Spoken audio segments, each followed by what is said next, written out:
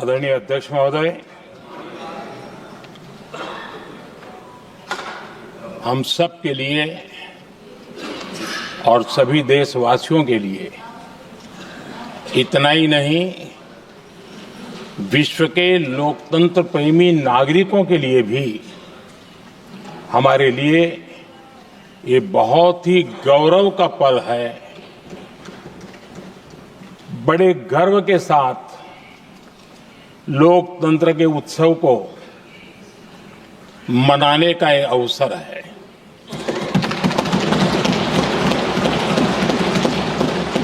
संविधान के 75 वर्ष की यात्रा, यादगार यात्रा और विश्व के सबसे महान और विशाल लोकतंत्र की यात्रा, इसके मूल में हमारे संविधान निर्माताओं की दीर्घदृष्टि, हमारे संविधान निर्माताओं का योगदान और जिसको लेकर के आज हम आगे बढ़ रहे हैं, ये 75 वर्ष पूर्ण होने पर एक उत्सव मनाने का पल है। मेरे लिए खुशी की बात है कि संसद भी इस उत्सव में शामिल होकर के अपनी भावनाओं को प्रकट कर रही है। मैं सभी माननीय सांसदों का आभार व्यक्त करता हूं कि जिन्होंने इस उत्सव के अंदर हिस्सा लिया। मैं उन सबका अभिनंदन करता हूं। आदरणीय अध्यक्ष जी,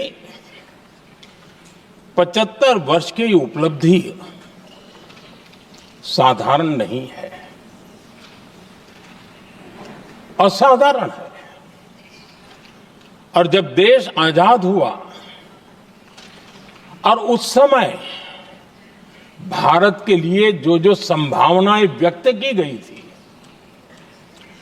उन सभी संभावनाओं को निरस्त करते हुए, परास्त करते हुए भारत का संविधान हमें यहां तक ले आया है। और इसलिए इस महान उपलब्धि के लिए संविधान निर्माताओं के साथ साथ मैं देश के कोटि कोटि नागरिकों का आदरपूर्वक नमन करता हूं, जिन्होंने इस भावना को, इस नई व्यवस्था को जी करके दिखाया है। संविधान निर्माताओं की जो भावनाएं थी, उसको जीने में पिछले 75 साल भारत का नागरिक हर कसौटी पर खरा उतरा है। और इसलिए भारत का नागरिक सर्वाधिक अभिनंदन का अधिकारी है। आदरणीय सभापति जी, संविधान निर्माता इस बात में बहुत सजग थे।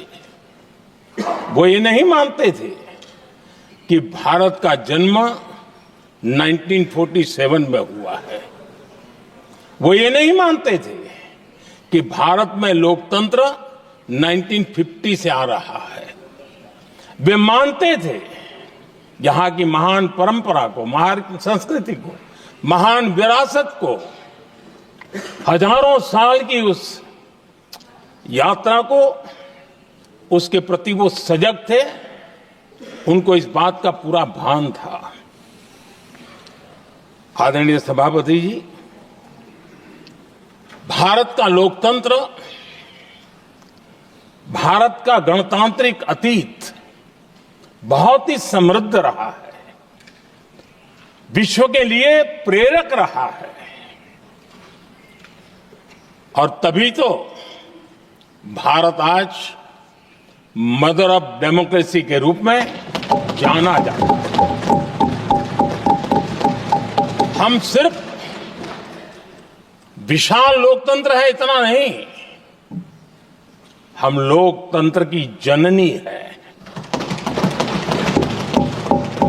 आदरणीय सभापति जी,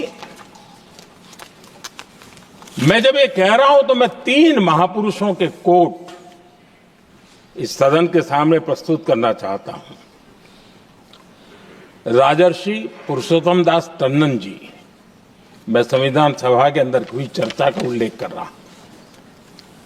उन्होंने कहा था, सदियों के बाद हमारे देश में एक बार फिर ऐसी बैठक बुलाई गई है, यह हमारे मन में अपने गौरवशाली अतीत की याद दिलाती है, जब हम स्वतंत्र हुआ करते थे, जब सभाएं आयोजित की जाती थी जिसमें विद्वान लोग देश के महत्वपूर्ण मामलों पर चर्चा करने के लिए मिला करते थे। दूसरा कोट मैं पढ़ रहा हूं डॉक्टर राधाकृष्णन जी का। वे भी इस संविधान सभा के सदस्य थे। उन्होंने कहा था, इस महान राष्ट्र के लिए गणतांत्रिक व्यवस्था नई नहीं है। हमारे यहां ये इतिहास के शुरुआत से ही है। और तीसरा कोट मैं बाबा साहब आम्बेडकर का कह रहा हूं। बाबा साहब आम्बेडकर जी ने कहा था, ऐसा नहीं है कि भारत को पता नहीं था कि लोकतंत्र क्या होता है। एक समय था जब भारत में कई गणतंत्र हुआ करते थे। आदरणीय सभापति जी, हमारे संविधान के निर्माण की प्रक्रिया में हमारी देश की नारी शक्ति ने संविधान को सशक्त करने में बहुत बड़ी भूमिका निभाई थी। संविधान सभा में 15 माननीय महिला सदस्य थी और सक्रिय सदस्य थी। मौलिक चिंतन के आधार पर उन्होंने संविधान सभा की डिबेट को समृद्ध किया था। और वे सभी बहनें अलग अलग बैकग्राउंड थी, अलग अलग क्षेत्र की थी। और संविधान में उन्होंने जो जो सुझाव दिए, उन सुझावों का संविधान के निर्माण पर बहुत बड़ा प्रभाव रहा था। और हमारे लिए गर्व की बात है कि दुनिया के कई देश आजाद भी हुए, संविधान भी बने, लोकतंत्र भी चला, लेकिन महिलाओं को अधिकार देने में दशकों बीत गए थे। लेकिन हमारे यहां शुरुआत से ही महिलाओं को वोट का अधिकार संविधान में दिया गया। आदरणीय सभापति जी, जब G20 समिट हुई, उसी भावना को आगे बढ़ाते हुए, क्योंकि संविधान की भावना को लेकर के हम सब जीने वाले लोग हैं, हमने G20 की अध्यक्षता के दरमियान विश्व के सामने विमेन लेड डेवलपमेंट का विचार रखा। और विश्व के अंदर विमेन डेवलपमेंट से अब आगे जाने की जरूरत है। और इसलिए हमने विमेन लेड डेवलपमेंट की चर्चा को अंजाम दिया। इतना ही नहीं, हम सभी सांसदों ने मिलकर के एक स्वर से नारी शक्ति बंधन अधिनियम पारित करके हमारी महिला शक्ति को भारतीय लोकतंत्र में उनकी भागीदारी सुनिश्चित करने के लिए हम लोगों ने कदम उठाए। आदरणीय सभापति जी, आज हम देख रहे हैं हर बड़ी योजना के सेंटर में महिलाएं होती है। और ये जब संविधान के हम 75 वर्ष मना रहे हैं, ये संयोग है और अच्छा संयोग है कि भारत के राष्ट्रपति के पद पर एक आदिवासी महिला विराजमान। ये हमारे संविधान की भावना की एक अभिव्यक्ति भी है।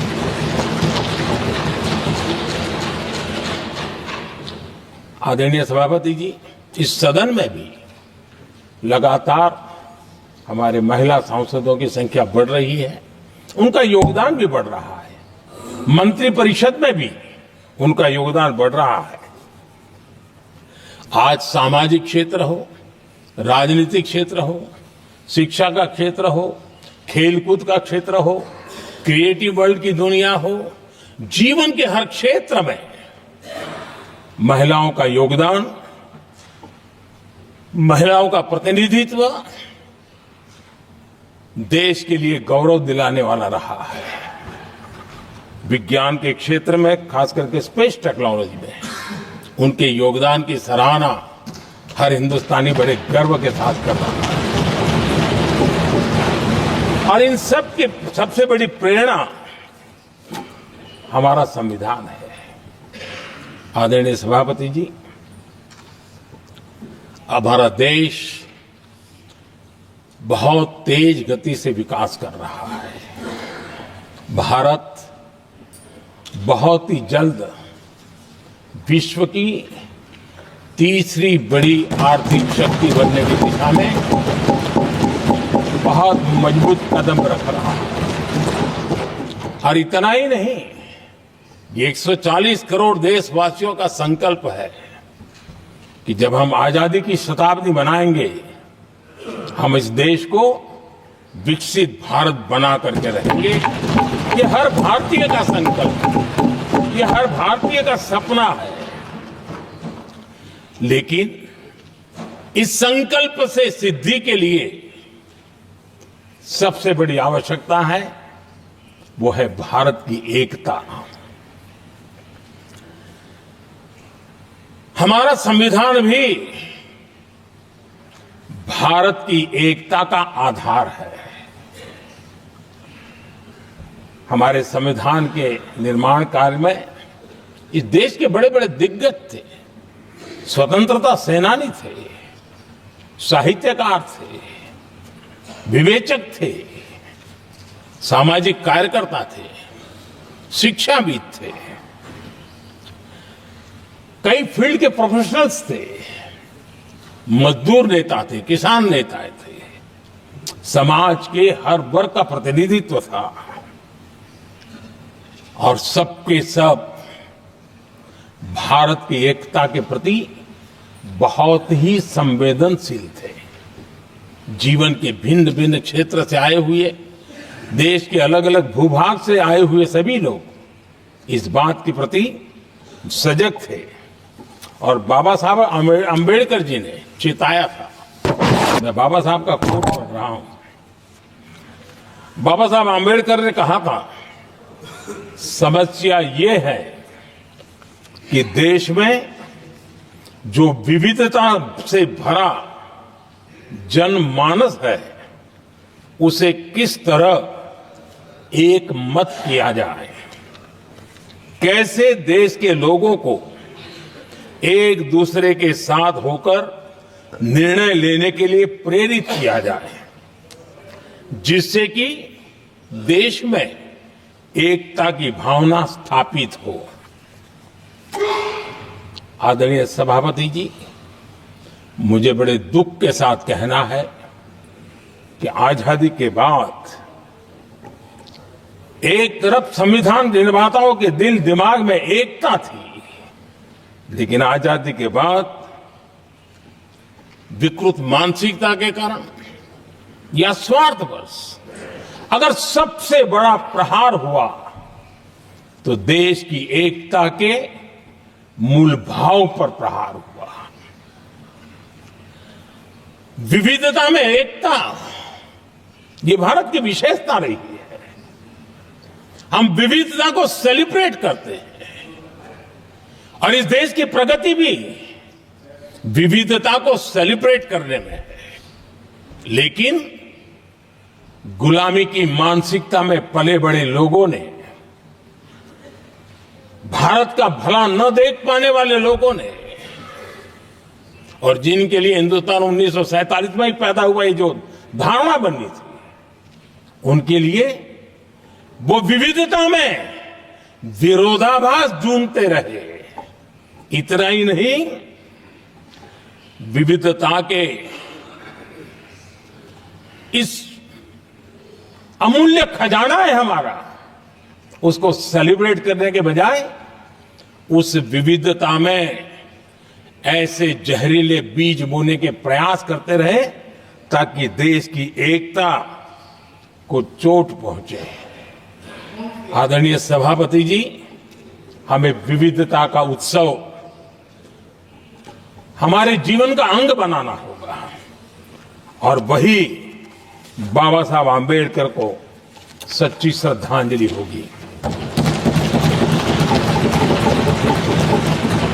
आदरणीय सभापति जी, मैं संविधान के प्रकाश में ही मेरी बातों को रखना चाहता हूं और इसलिए अगर आप हमारी नीतियों को देखेंगे, पिछले 10 साल देश की जनता ने हमें जो सेवा करने का मौका दिया है, हमारी निर्णयों की प्रक्रिया को देखेंगे तो भारत की एकता को मजबूती देने का निरंतर हम प्रयास करते रहे हैं। आर्टिकल 370 देश की एकता में रुकावट बना पड़ा था, दीवार बना पड़ा था। देश की एकता हमारी प्राथमिकता थी, जो कि हमारी संविधान की भावना थी और इसलिए धारा 370 को हमने जमीन पर उतार दिया, क्योंकि देश की एकता हमारी प्राथमिकता है। आदरणीय सभापति जी, इस इतने बड़े विशाल देश में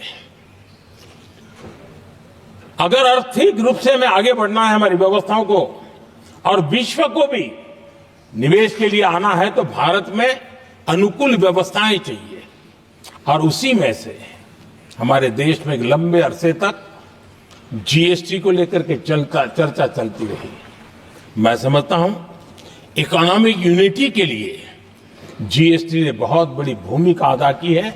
उस समय पहले की सरकार का भी कुछ योगदान है। वर्तमान समय में हमको इसको आगे बढ़ाने का अवसर मिला और हमने इसको किया और वो भी वन नेशन वन टैक्स उस भूमिका को आगे बढ़ा रहा है। आदरणीय सभापति जी, हमारे देश में राशन कार्ड गरीब के लिए बहुत बड़ी मूल्यवान दस्तावेज रहा है, लेकिन गरीब अगर एक राज्य से दूसरे राज्य जाता था तो गरीब कुछ भी उसके प्राप्त करने का हकदार नहीं बनता था। इतना बड़ा देश पर उसका किसी भी कोने में जाए उसका उतना ही अधिकार है। एकता के उस भाव को मजबूत करने के लिए हमने one nation one ration card की बात को मजबूत। आदरणीय सभापति जी, देश के गरीब को, देश के सामान्य नागरिक को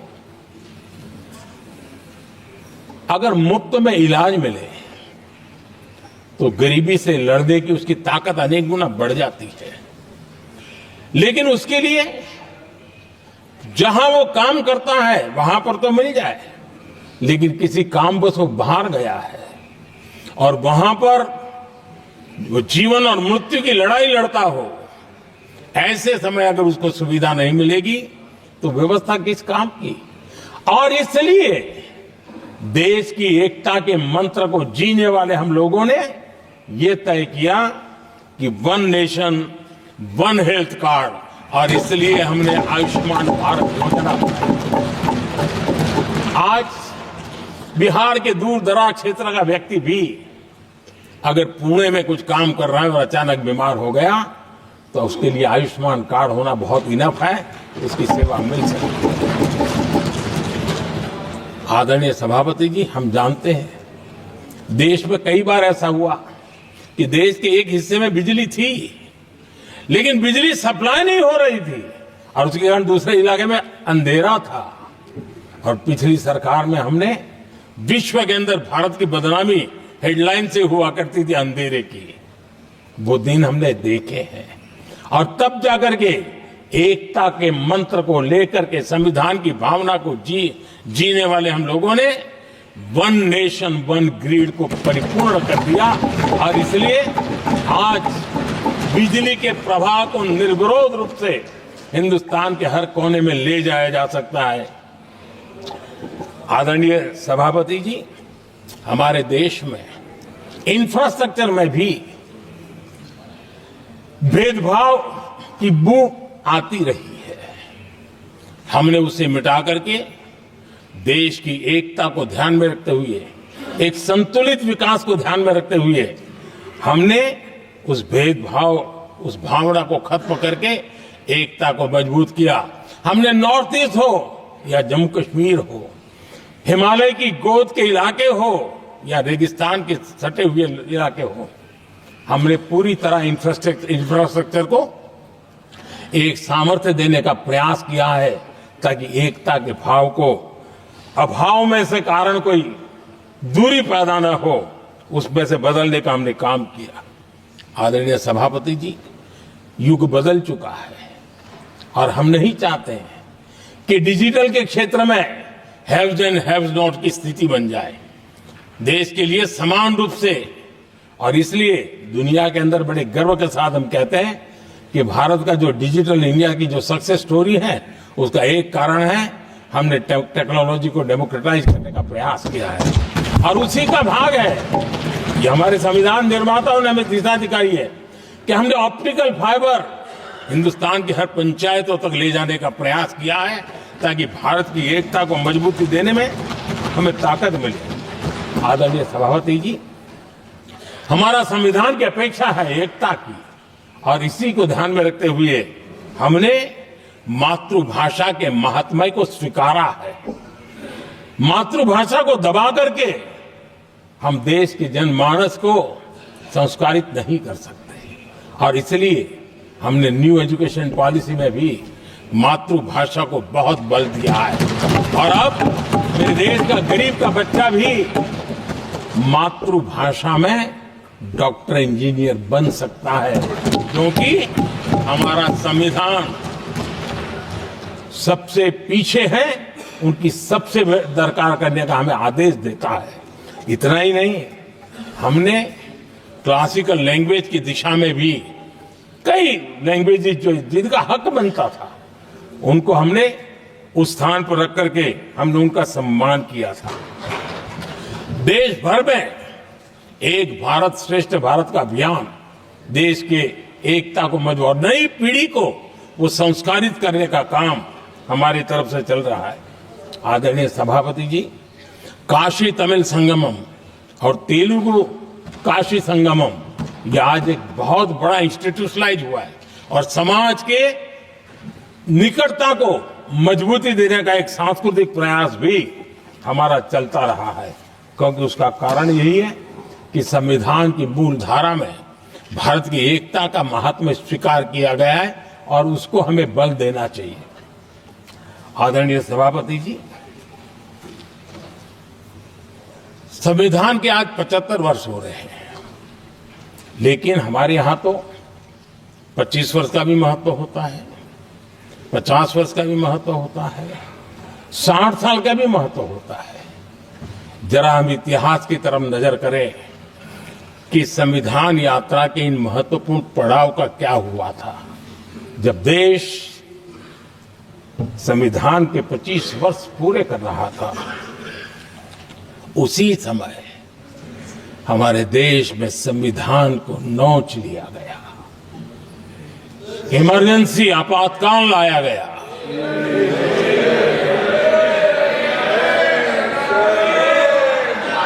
संवैधानिक व्यवस्थाओं को समाप्त कर दिया गया,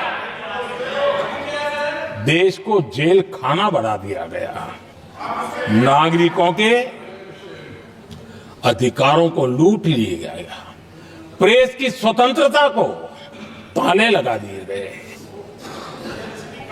और कांग्रेस के माथे पर जो पाप है ना, वो कभी भी धुलने वाला नहीं है, कभी भी धुलने वाला। यह सिर्फ हिंदुस्तान, दुनिया में जब जब लोकतंत्र की चर्चा होगी, कांग्रेस के माथे का ये पाप कभी धुलने वाला नहीं है।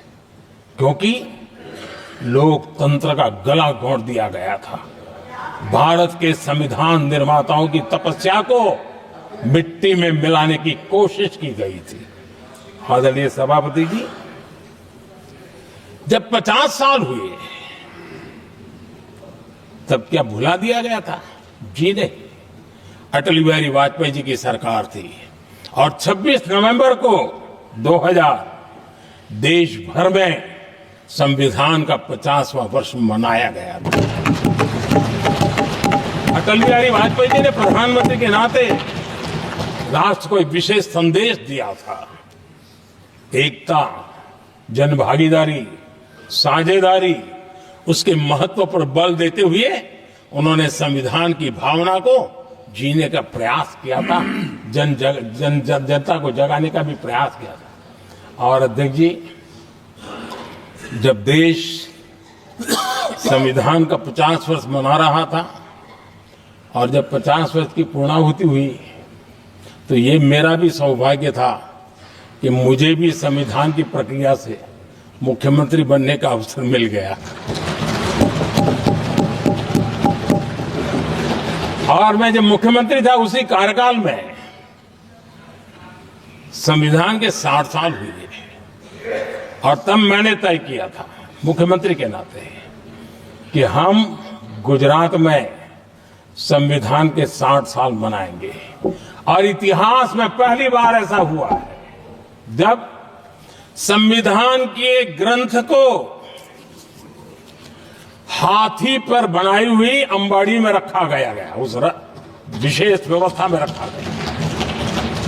हाथी पर संविधान की यात्रा निकल, संविधान गौरव यात्रा निकाली गई और राज्य का मुख्यमंत्री उस संविधान के नीचे हाथी के बगल में पैदल चल रहा था और देश को संविधान का महात्मा समझाने का सांकेतिक प्रयास कर रहा था। ये सौभाग्य भी मुझे प्राप्त हुआ था क्योंकि हमारे लिए संविधान का महत्व क्या है। और आज 75 साल हुए हमें अवसर मिला। और मुझे याद है जब मैंने लोकसभा के पुराने सदन के अंदर जब 26 नवंबर को संविधान दिवस मनाने की बात कही थी तब एक वरिष्ठ नेता ने सामने से आवाज उठाई थी कि 26 जनवरी तो है, 26 नवंबर की क्या जरूरत है। क्या भावना घर कर गई थी। ये बहुत पुरानी बात नहीं है, इसी सदन में मेरे सामने हुआ था।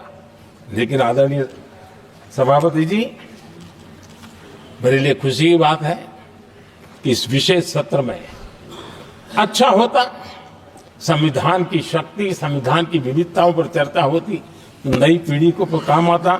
लेकिन हर एक की अपनी अपनी मजबूरियां होती है, हर कोई अपना दुख किसी न किसी रूप में प्रकट करता रहता है।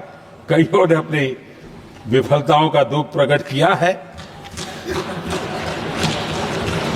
अच्छा होता दलगत भावनाओं से उठ करके देश हित में संविधान की चर्चा हुई होती तो समृद्धि मिलती अनेक देश की नई पीढ़ी को। आदरणीय सभापति जी, मैं तो संविधान के प्रति विशेष आदर का भाव व्यक्त करना चाहूंगा कि संविधान की भावना थी कि मेरे जैसे अनेक लोग जो यहां पहुंच नहीं पाते, ये संविधान था जिसके कारण हम पहुंच पाए। क्योंकि हमारा कोई बैकग्राउंड नहीं था, हम यहां तक कैसे आते। ये संविधान का सामर्थ्य था, जनता जनार्दन के आशीर्वाद थे। इतना बड़ा दायित्व, और मेरे जैसे बहुत लोग यहाँ भी हैं जिनका ऐसा कोई बैकग्राउंड नहीं है, यही एक सामान्य परिवार से आए हैं और आज संविधान ने हमें यहाँ तक पहुँचाया है। और ये भी कितना बड़ा सौभाग्य है कि हमें देश ने इतना स्नेह दिया, एक बार नहीं, दो बार नहीं, 3 बार। ये हमारे संविधान के बिना संभव नहीं था। आदरणीय सभापति जी,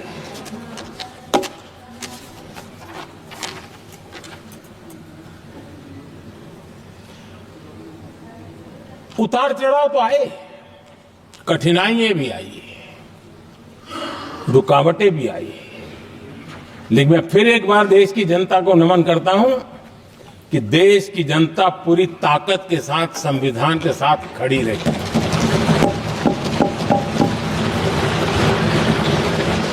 आदरणीय सभापति जी, मैं आज यहां किसी की व्यक्तिगत आलोचना करना नहीं चाहता हूं, लेकिन तथ्यों को देश के सामने रखना जरूरी है और इसलिए मैं तथ्यों को रखना चाहता हूं। कांग्रेस के एक परिवार ने संविधान को चोट पहुंचाने में कोई कोर कसर नहीं छोड़ी है।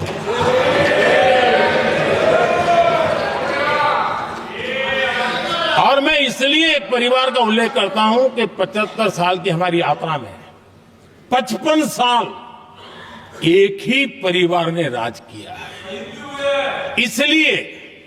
इसलिए देश को क्या क्या हुआ है ये जानने का अधिकार है और इस परिवार के कुविचार, कुरीति, कुनीति, इसकी परंपरा निरंतर चल रही है। हर स्तर पर इस परिवार ने संविधान को चुनौती दी। आदरणीय सभापति जी, 1947 टू 1952 इस देश में इलेक्टेड गवर्नमेंट नहीं थी। एक अस्थाई व्यवस्था थी, एक सिलेक्टेड सरकार थी और चुनाव नहीं हुए थे और जब तक चुनाव न हो तब तक एक इंटरिम व्यवस्था के रूप में कोई खाका खड़ा करना चाहिए, किया गया था। 1952 के पहले राज्यसभा का भी गठन नहीं हुआ था, राज्यों में भी कोई चुनाव नहीं थे, जनता का कोई आदेश नहीं था। उसके बावजूद भी और अभी तो संविधान निर्माताओं ने इतना मंथन करके संविधान बनाया था। 1951 में जबकि चुनी हुई सरकार नहीं थी, उन्होंने ऑर्डिनेंस करके संविधान को बदला और किया क्या? अभिव्यक्ति की आजादी पर हमला कर दिया गया।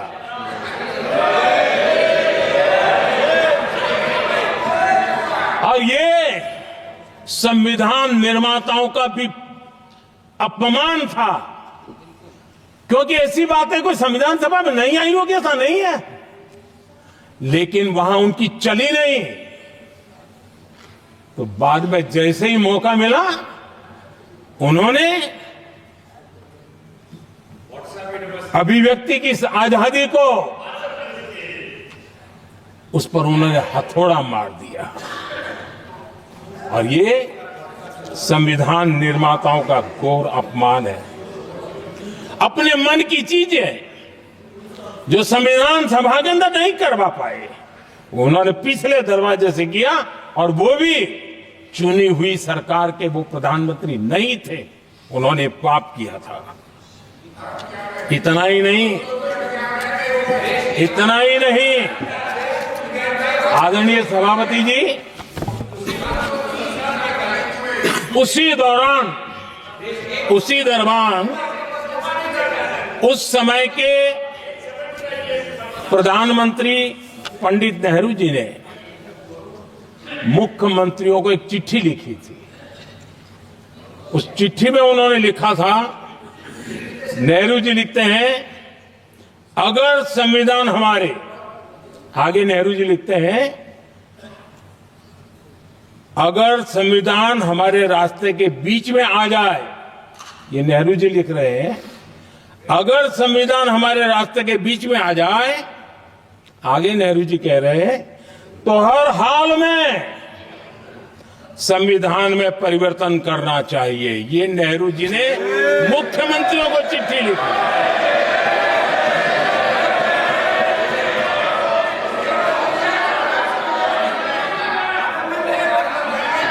और आदरणीय सभापति जी, ये भी देखिए 1951 में ये पाप किया गया, लेकिन देश चुप नहीं था। उस समय राष्ट्रपति डॉक्टर राजेंद्र प्रसाद जी ने चेताया ये गलत हो रहा है। उस समय स्पीकर पद पर बैठे हुए हमारे स्पीकर महोदय ने भी पंडित जी को कहा गलत कर रहे हो।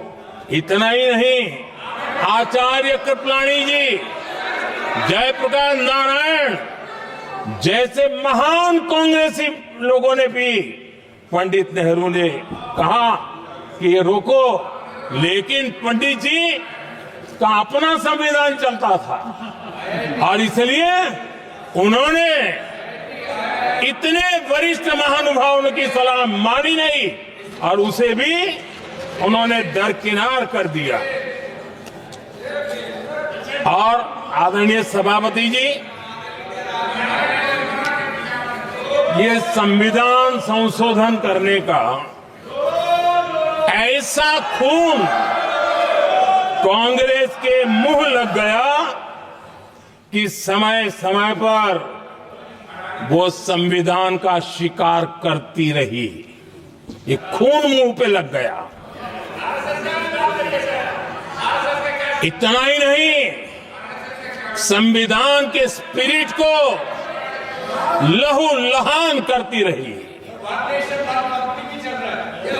आदरणीय सभापति जी, करीब 6 दशक में 75 बार संविधान बदला गया। आदरणीय सभापति जी, जो बीज देश के पहले प्रधानमंत्री जी ने बोया था,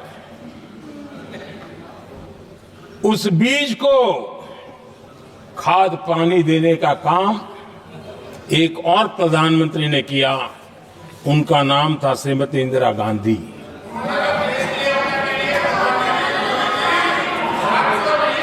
जो पाप पहले प्रधानमंत्री करके गए और जो खून लग गया था 1971 में, सुप्रीम कोर्ट का एक फैसला आया था। उस सुप्रीम कोर्ट के फैसले को संविधान बदल करके पलट दिया गया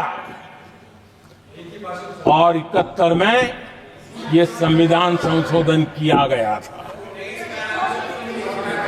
और क्या था, उन्होंने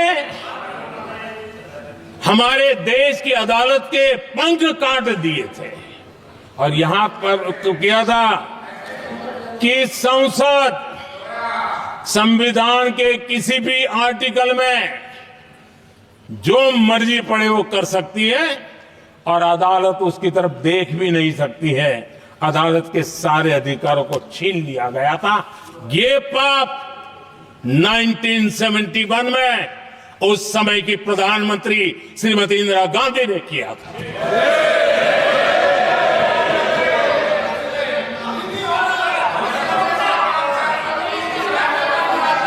और इस परिवर्तन ने इंदिरा जी की सरकार को मौलिक अधिकारों को छीनने का और न्यायपालिका पर नियंत्रण करने का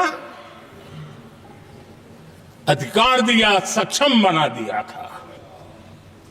आदरणीय सभापति जी, खून मुंह पे लग गया था, कोई रोकने वाला था नहीं। और इसलिए जब इंदिरा जी के चुनाव को गैर रीति के कारण, असंवैधानिक तरीके से चुनाव लड़ने के कारण अदालत ने उनके चुनाव को खारिज कर दिया और उनको एमपी पद छोड़ने की नौबत आई तो उन्होंने गुस्से में आकर के देश पर इमरजेंसी थोप दी, आपातकाल लगा दिया अपनी कुर्सी बचाने के लिए। और उसके बाद इतना ही नहीं, उन्होंने इमरजेंसी तो लगाई, संविधान का दुरुपयोग तो किया ही किया, भारत के लोकतंत्र का गला तो घोंट ही दिया। लेकिन 1975 में 39वां संशोधन किया और उसमें उन्होंने क्या किया, राष्ट्रपति, उपराष्ट्रपति, प्रधानमंत्री, अध्यक्ष, इनके चुनाव के खिलाफ कोई कोर्ट में जा ही नहीं सकता है, ऐसा उन्होंने, और वो भी रिट्रोस्पेक्टिव किया,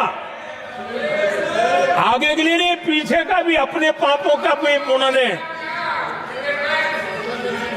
और आदरणीय सभापति जी, मैं संविधान की बात कर रहा हूं, मैं संविधान के आगे पीछे कुछ नहीं बोल रहा हूं।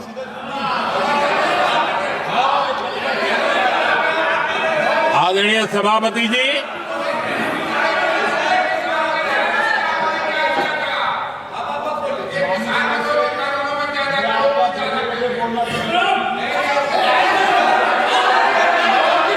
आदरणीय सभापति जी, इमरजेंसी में लोगों के अधिकार छीन लिए गए, देश के हजारों लोगों को जेलों में ठूंस दिया गया, न्यायपालिका का गला घोंट दिया गया, अखबारों की स्वतंत्रता पर ताले लगा दिए गए। इतना ही नहीं, कमिटेड जुडिशरी, इस विचार को उन्होंने पूरी ताकत दी। और इतना ही नहीं, जिस जस्टिस एच.आर. खन्ना ने उनके चुनाव में उनको खिलाफ जो जजमेंट दिया था, वो इतना गुस्सा भरा था कि जब जस्टिस एच.आर. खन्ना, जो सीनियरिटी के आधार पर सुप्रीम कोर्ट के चीफ जस्टिस बनने थे, जिन्होंने संविधान के सम्मान करते हुए उस स्पिरिट से इंदिरा जी को सजा दी थी, उन्होंने मुख्य न्यायाधीश नहीं बनने दिया। ये संविधान और लोकतांत्रिक प्रक्रिया रही।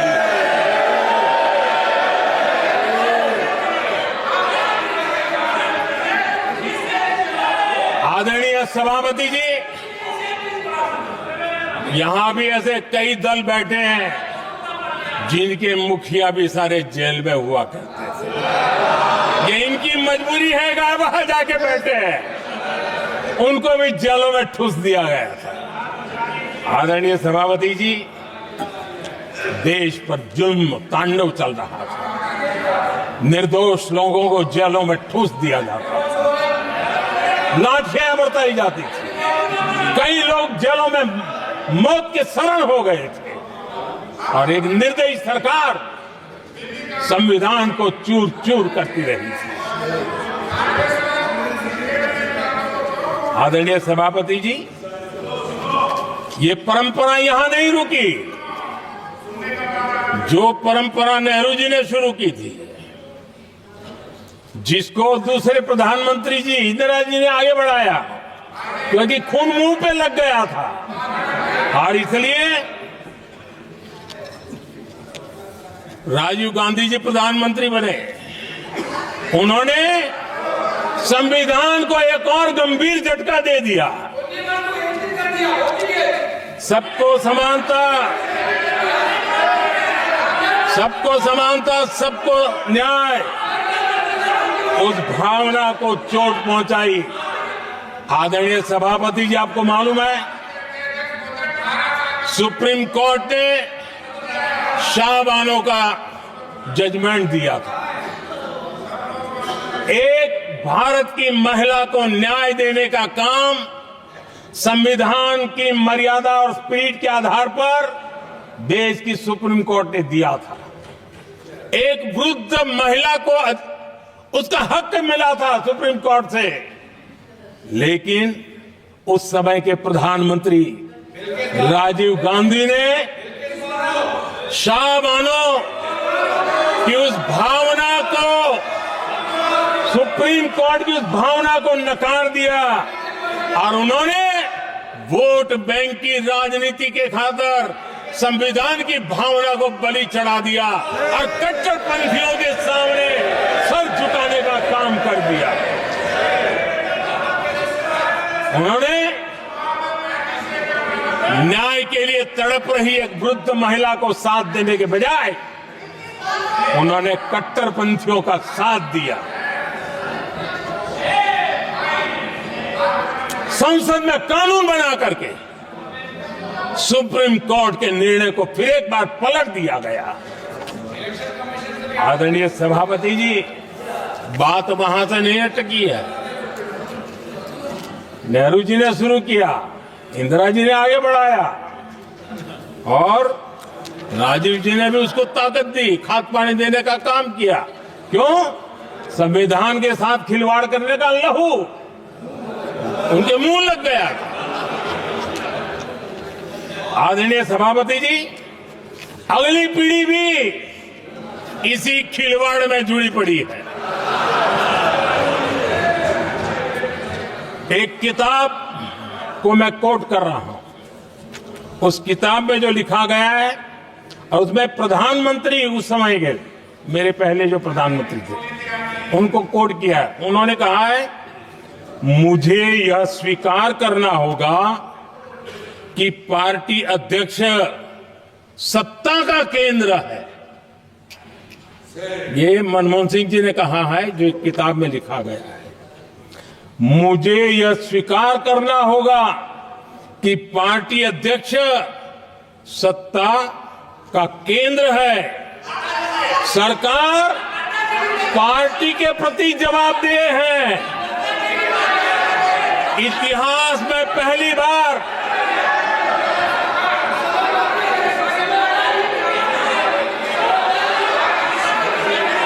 आदरणीय सभापति जी, नहीं, आप सदन इतिहास तरीके में पहली बार नो, ये तरीका बिल्कुल ठीक नहीं है।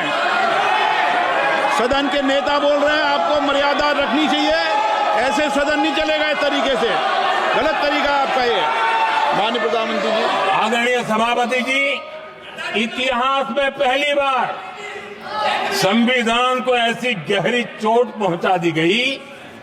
संविधान निर्माताओं ने चुनी हुई सरकार और चुने हुए प्रधानमंत्री की कल्पना तक ही हमारा संविधान था, लेकिन इन्होंने तो प्रधानमंत्री के ऊपर एक गैर संवैधानिक, और जिसने कोई शपथ भी नहीं लिया था, नेशनल एडवाइजरी काउंसिल पीएमओ के भी ऊपर बैठा दिया। पीएमओ के ऊपर अघोषित दर्जा दे दिया गया।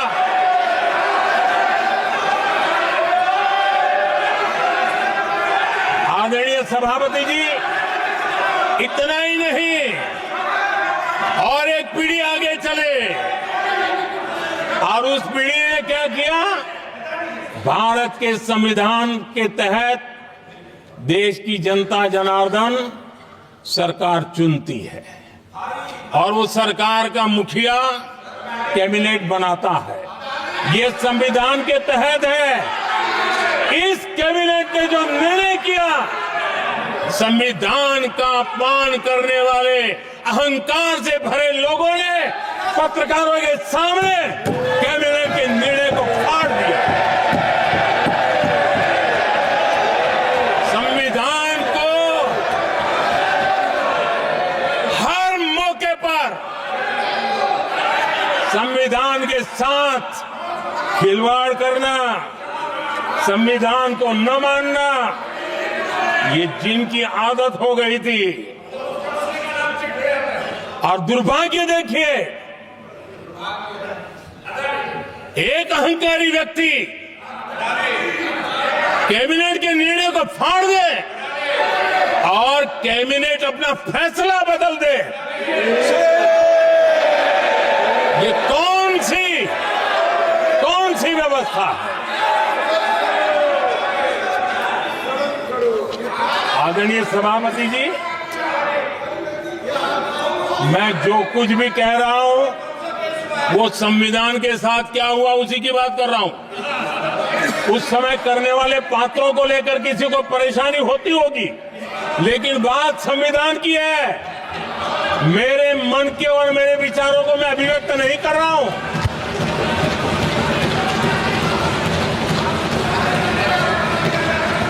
आदरणीय सभापति जी, कांग्रेस ने निरंतर संविधान की अवमानना की, संविधान के महत्व को कम किया। कांग्रेस इसके अनेक उदाहरणों से भरा पड़ा हुआ है। संविधान के साथ धोखेबाजी कैसे करते थे, संवैधानिक संस्थाओं को कैसे नहीं मानते थे, इस देश में बहुत कम लोगों को मालूम होगा। 370 की तो पता है सबको, 35A का पता बहुत कम है। संसद में आए बिना, जबकि संसद में आना पड़ता, संसद को ही अस्वीकार कर दिया गया। भारत के संविधान का अगर कोई पहला पुत्र है तो ये संसद है, उसको भी उन्होंने गला घोटने का काम किया। 35A जो संसद में लाए बिना उन्होंने देश पर थोप दिया, और अगर 35A न होता तो जम्मू कश्मीर में जो हालत पैदा हुई वो हालत पैदा न हुई होती। राष्ट्रपति के आदेश पर यह काम किया गया और देश की संसद को अंधेरे में रखा गया। आदरणीय सभापति, ये संसद का अधिकार था, कोई अपनी मनमानी से नहीं कर सकता था, लेकिन और उनके पास बहुमत था, कर सकते थे, लेकिन वो नहीं किया क्योंकि पेट में पाप था, देश की जनता से छुपाना चाहते थे। आदरणीय सभापति जी, इतना ही नहीं, बाबा साहब आंबेडकर जिनके प्रति आज सम्मान का भाव सब कोई अनुभव कर रहा है, और हम लोगों के लिए तो बहुत विशेष है, क्योंकि हम लोगों के लिए तो जीवन में बहुत बड़ी जो कुछ भी रास्ते मिले ना वहीं से मिले हैं। आदरणीय सभापति जी, बाबा साहब आंबेडकर, इनके प्रति भी इनके मन में कितनी कटुता भरी थी, कितना द्वेष भरा था, मैं आज उसके डिटेल में जाना नहीं चाहता हूं, लेकिन जब अटल जी की सरकार थी तब बाबा साहब आंबेडकर, उनका जो महापरिनिर्वाण भूमि है वहां पर अलीपुर रोड पर अटल जी की सरकार में बाबा साहब आंबेडकर जी के स्मृति में एक स्मारक बनाना तय हुआ। अटल जी के समय ये नहीं हुआ। दुर्भाग्य देखिए, 10 वर्ष यूपीए की सरकार रही, उसने इस काम को नहीं किया, न होने दिया। बाबा साहब आंबेडकर का जब हमारी सरकार आई, बाबा साहब आंबेडकर के प्रति हमारा श्रद्धा होने के कारण हमने अलीपुर रोड पर बाबा साहब मेमोरियल बनाया और उसका काम किया। आदरणीय सभापति जी, दिल्ली में जब बाबा साहब आंबेडकर के 1992 में, उस समय चंद्रशेखर जी कुछ समय थे, तब एक निर्णय किया गया था, आंबेडकर इंटरनेशनल सेंटर यही जनपद के पास 40 साल तक वो कागज पे ही पड़ा रहा, नहीं किया गया।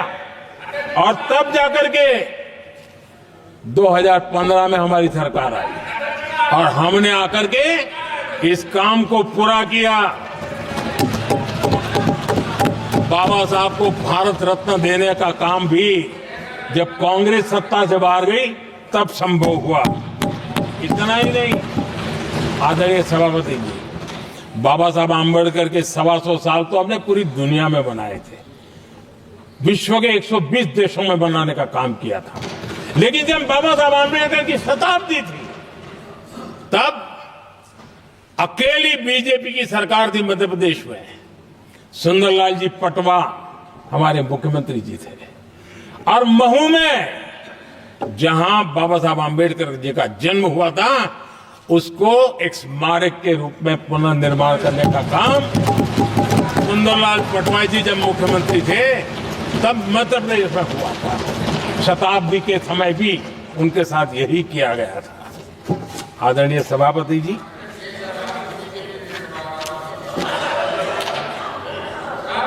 हमारे देश में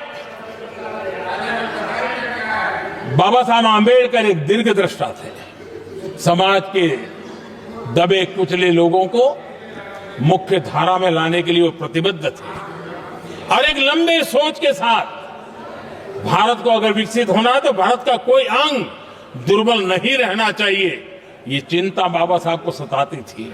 और तब जाकर के हमारे देश में आरक्षण की व्यवस्था बनी। लेकिन वोट बैंक की राजनीति में छुपे हुए लोगों ने, डूबे हुए लोगों ने धर्म के आधार पर, तुष्टीकरण के नाम पर आरक्षण के अंदर कुछ न कुछ नुक्सेदनी करने का प्रयास किया, और इसका सबसे बड़ा नुकसान एससी, एसटी और ओबीसी समाज को हुआ है।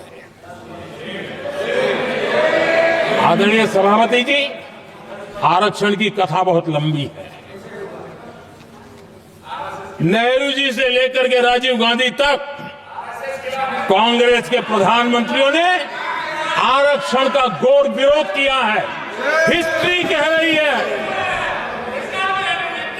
आरक्षण के विरोध में लंबी लंबी चिट्ठियां स्वयं नेहरू जी ने लिखी है, मुख्यमंत्रियों को लिखी है। इतना ही नहीं, सदन में आरक्षण के खिलाफ लंबे लंबे भाषण इन लोगों ने किए हैं। बाबा साहब आम्बेडकर समता के लिए और भारत में संतुलित विकास के लिए आरक्षण के लेकर के आए, उन्होंने उसके खिलाफ भी झंडा ऊंचा किया हुआ था। दशकों तक मंडल कमीशन के रिपोर्ट को डिब्बे में डाल दिया था।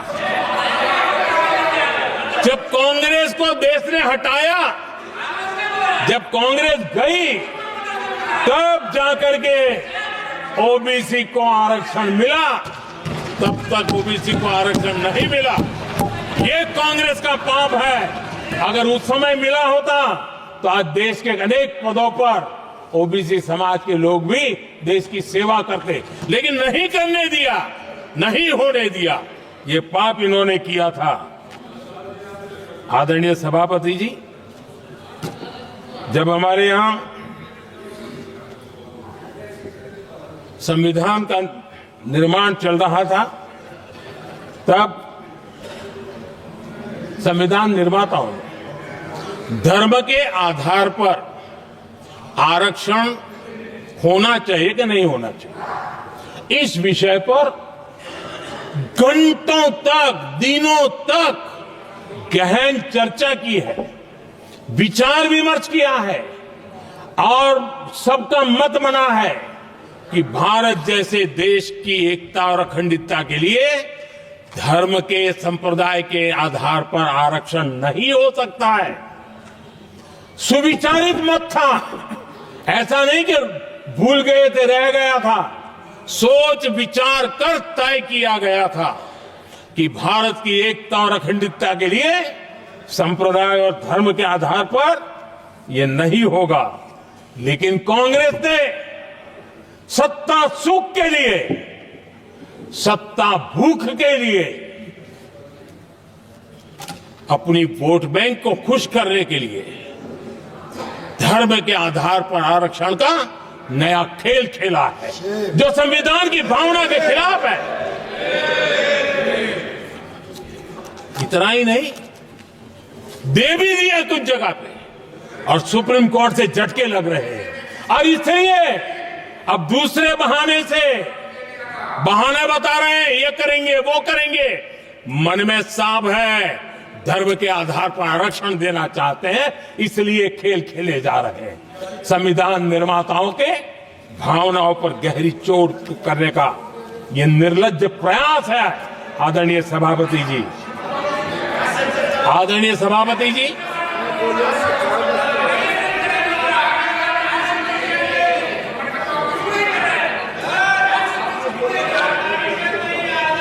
आदरणीय सभापति जी, एक गलत और विषय, ये तरीका ठीक नहीं। आपके नेता ने बोला, आपने बोला दोबारा बात मत करो। जिसकी भी मैं चर्चा करना चाहता हूं,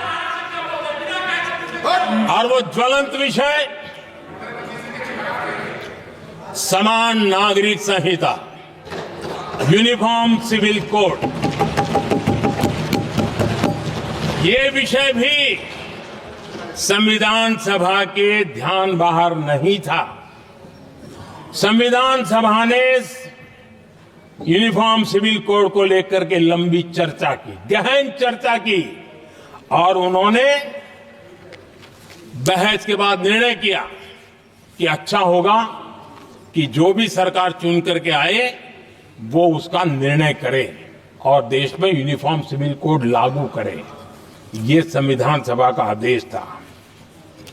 और बाबा साहब आंबेडकर ने कहा था, जो लोग संविधान को समझते नहीं है, देश को समझते नहीं है, सत्ता भूख सेवा कुछ पढ़ा नहीं है, उनको पता नहीं है बाबा साहब ने क्या कहा था। बाबा साहब ने कहा था, धार्मिक आधार पर बने, ये मैं बाबा साहब की बात कर रहा हूं, इतना वीडियो कट करके घुमाना मत। आदरणीय सभापति जी, बाबा साहब ने कहा था, धार्मिक आधार पर बने पर्सनल लॉ को खत्म करने की बाबा साहब ने जोरदार वकालत की थी। उस समय के सदस्य के.एम. मुंशी जी ने कहा था, समान नागरिक संहिता को राष्ट्र की एकता और आधुनिकता के लिए अनिवार्य बताया था। कमा मुंशी जी ने। सुप्रीम कोर्ट ने भी कई बार कहा है कि देश में यूनिफॉर्म सिविल कोड जल्द से जल्द लाना चाहिए। सरकारों को आदेश दिए हैं सुप्रीम कोर्ट ने, और उसी संविधान की भावना को ध्यान में रखते हुए, संविधान निर्माताओं की भावनाओं को ध्यान में रखते हुए हम पूरी ताकत से लगे हुए हैं सेक्युलर सिविल कोड के। और आज कांग्रेस के लोग संविधान निर्माताओं की भावना का भी, सुप्रीम कोर्ट की भावना का भी अनादर कर रहे हैं, क्योंकि उनकी राजनीति को सूट नहीं करता है। उनके लिए संविधान वो पवित्र ग्रंथ नहीं है, उनके लिए एक हथियार है राजनीति का। खेल खेलने का हथियार बना दिया। लोगों को डराने के लिए संविधान को हथियार बनाया जाता है। आदरणीय सभापति जी, और ये कांग्रेस पार्टी, उनको तो संविधान शब्द भी उनके मुंह में शोभा नहीं देता है। इसलिए जो अपनी पार्टी के संविधान को नहीं मानते हैं, जिन्होंने अपनी पार्टी के संविधान को कभी स्वीकार नहीं किया है, क्योंकि संविधान को स्वीकार करने के लिए एक लोकतांत्रिक स्पिरिट लगता है जो जिनकी रगों में नहीं है। सत्तावाद और परिवारवाद भरा पड़ा है। अब आप देखिए जो कैसी शुरुआती कितनी गड़बड़ हुई है। मैं कांग्रेस की बात कर रहा हूं। 12 कांग्रेस की प्रदेश की कमेटियों ने, 12 प्रदेश कमेटियों ने सरदार पटेल के नाम पर सहमति दी थी। नेहरू जी के साथ एक भी कमेटी नहीं थी, नॉट अ सिंगल। संविधान के तहत सरदार साहब ही देश के प्रधानमंत्री बनते हैं, लेकिन लोकतंत्र में श्रद्धा नहीं खुद के संविधान पर विश्वास नहीं, खुद के ही संविधान को स्वीकारना नहीं, और सरदार साहब देश के प्रधानमंत्री नहीं बन सके और ये बैठ गए। जो लोग अपनी पार्टी के संविधान को, जो लोग अपनी पार्टी के संविधान को नहीं मानते, वो कैसे देश के संविधान को स्वीकार कर सकते हैं?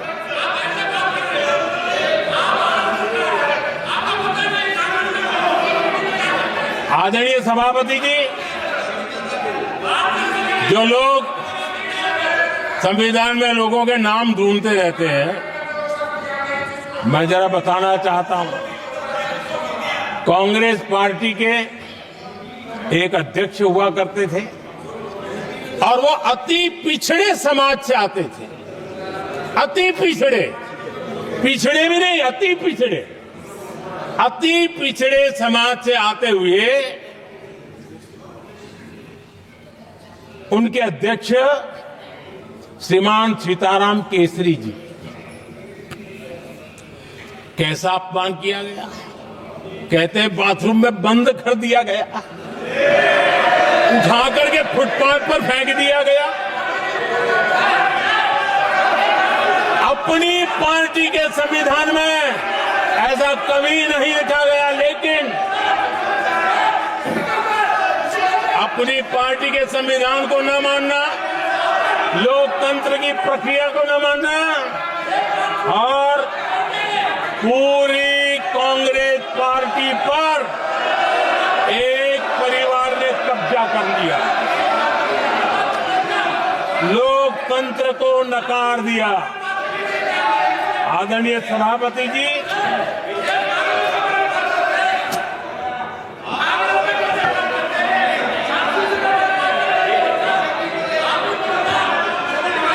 तो आपके सदस्यों ने क्या क्या बोला था, ठीक नहीं है।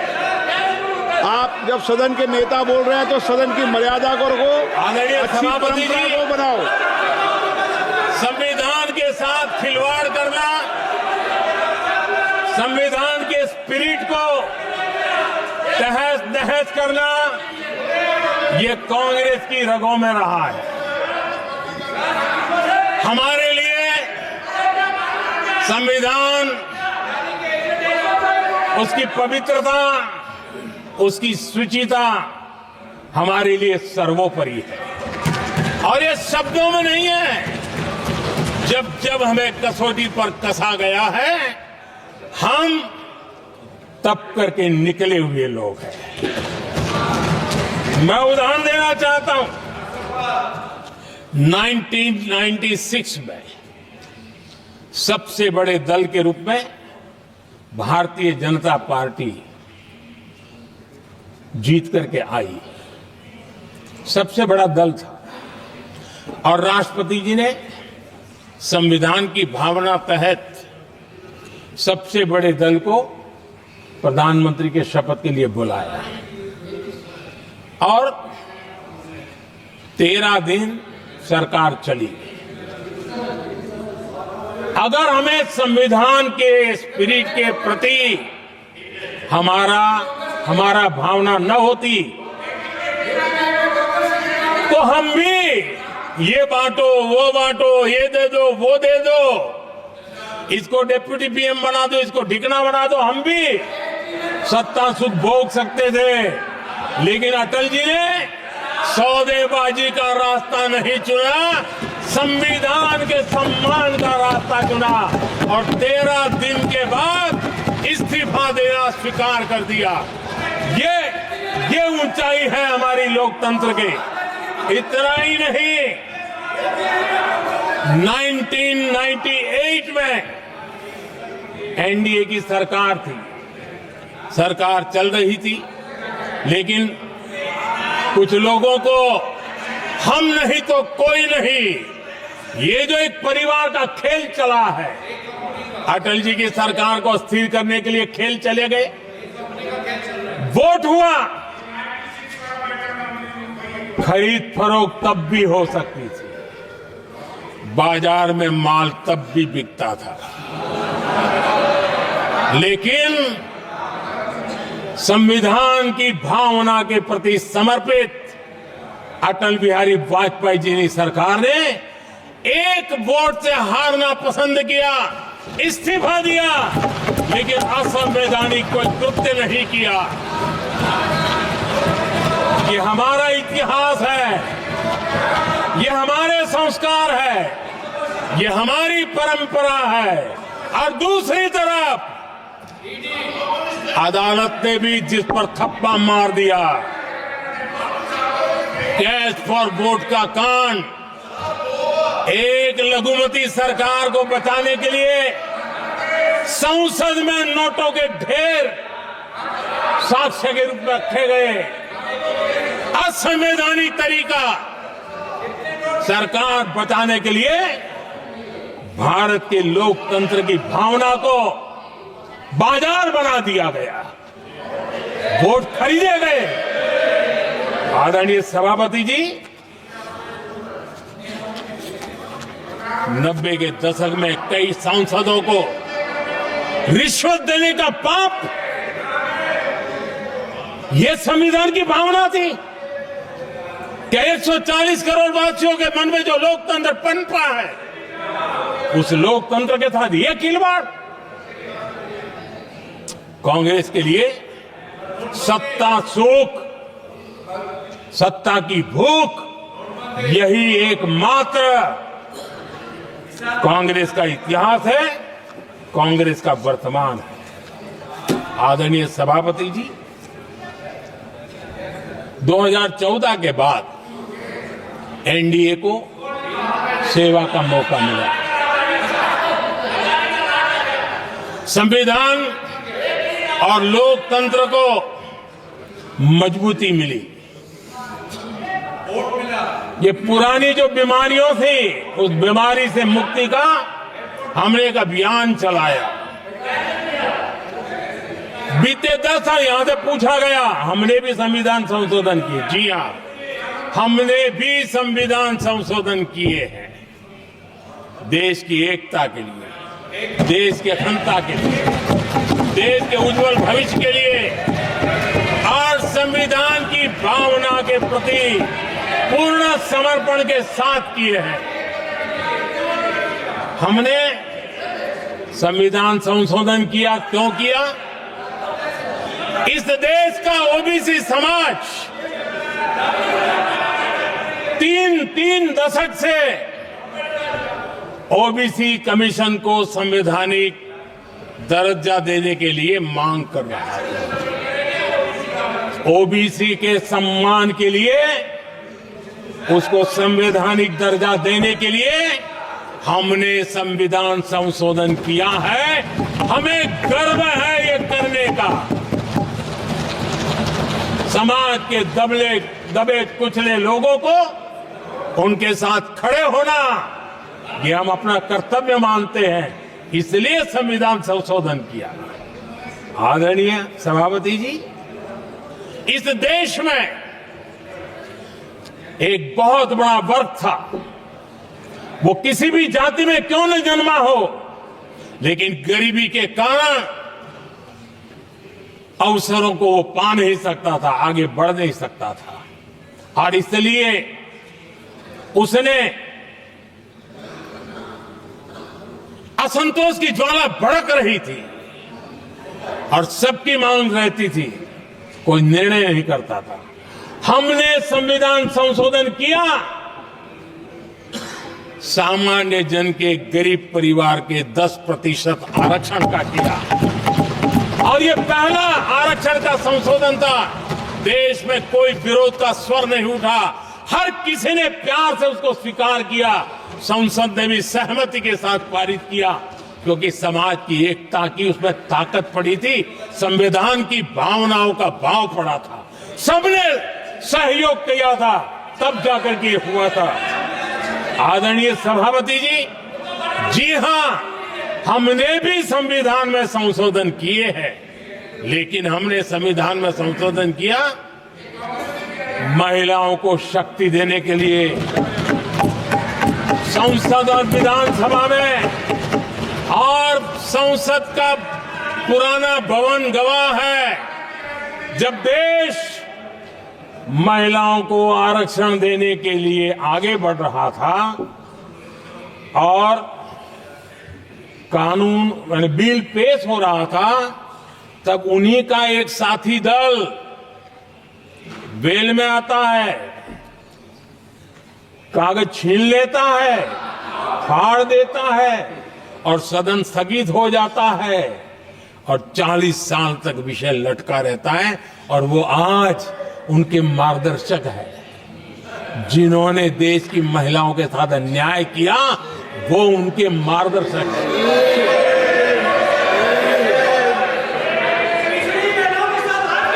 आदरणीय सभापति जी,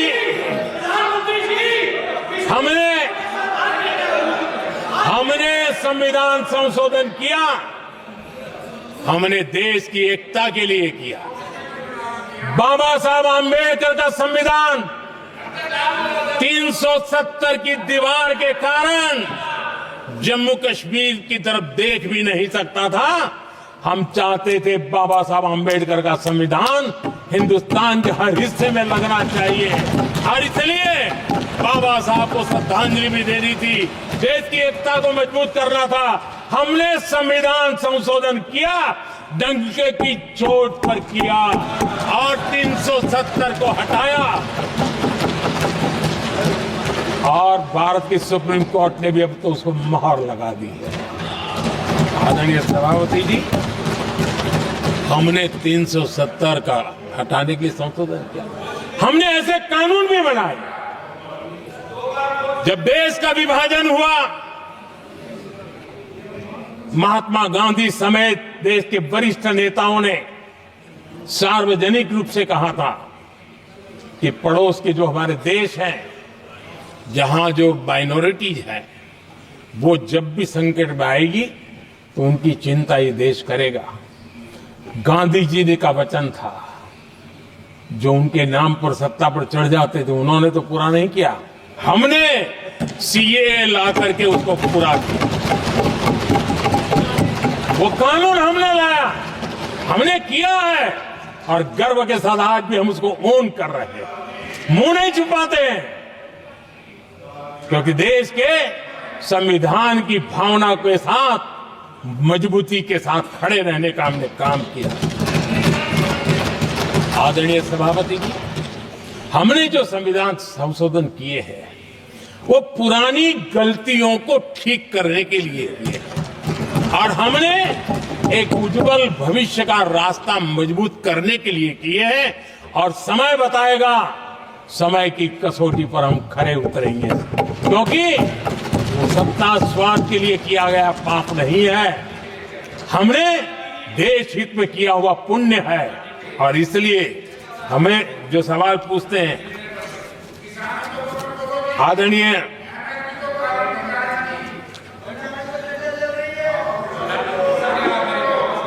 आदरणीय सभापति जी, यहां संविधान पर अनेक भाषण हुए, अनेक विषय उठाए गए। हर एक की अपनी मजबूरियां होगी, राजनीति कुछ न कुछ करने के लिए कुछ करते होंगे,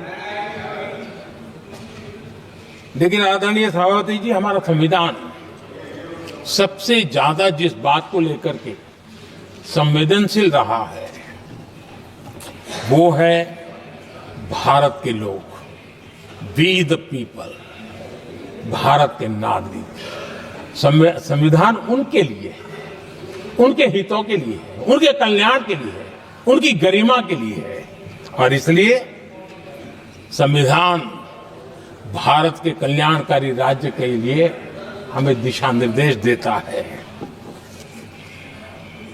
और कल्याणकारी राज्य का मतलब है जहां नागरिकों को भी गरिमा प्राप्त हो, उनको गरिमामय जीवन की गारंटी मिलनी चाहिए। हमारे कांग्रेस के साथियों को एक शब्द बहुत प्रिय है, मैं आज उस शब्द का उपयोग करना चाहता हूं और उनका सबसे प्रिय शब्द जिसके बिना वो जी नहीं सकते, वो शब्द है जुमला। कांग्रेस के हमारे साथी उनको दिन रात जुमला, लेकिन इस देश को पता है हिंदुस्तान में अगर सबसे बड़ा जुमला कोई था और वो 4 पीढ़ी ने चलाया, वो जुमला था गरीबी हटाओ। ये ऐसा जुमला था, ये गरीबी हटाओ ऐसा जुमला था, उनकी राजनीति की रोटी तो सिकती थी लेकिन गरीब का हाल ठीक नहीं होता था।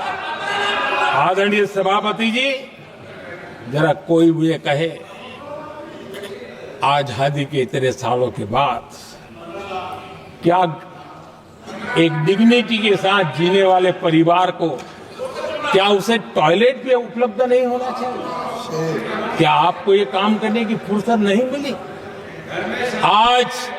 आज देश में टॉयलेट बनाने के अभियान को, जो गरीबों के लिए एक सपना था, उसकी डिग्निटी के लिए हमने इस काम को हाथ में लिया और हमने जी जान से उसे जुटे रहे। उसका मजाक उड़ाया गया, मुझे मालूम है, लेकिन उसके बाद भी सामान्य नागरिक के जीवन का गरिमा, ये हमारे दिल और दिमाग में होने के कारण हम डिगे नहीं, हम अड़े रहे, हम आगे बढ़ते चले गए और तब जाकर के ये सपना साकार हुआ।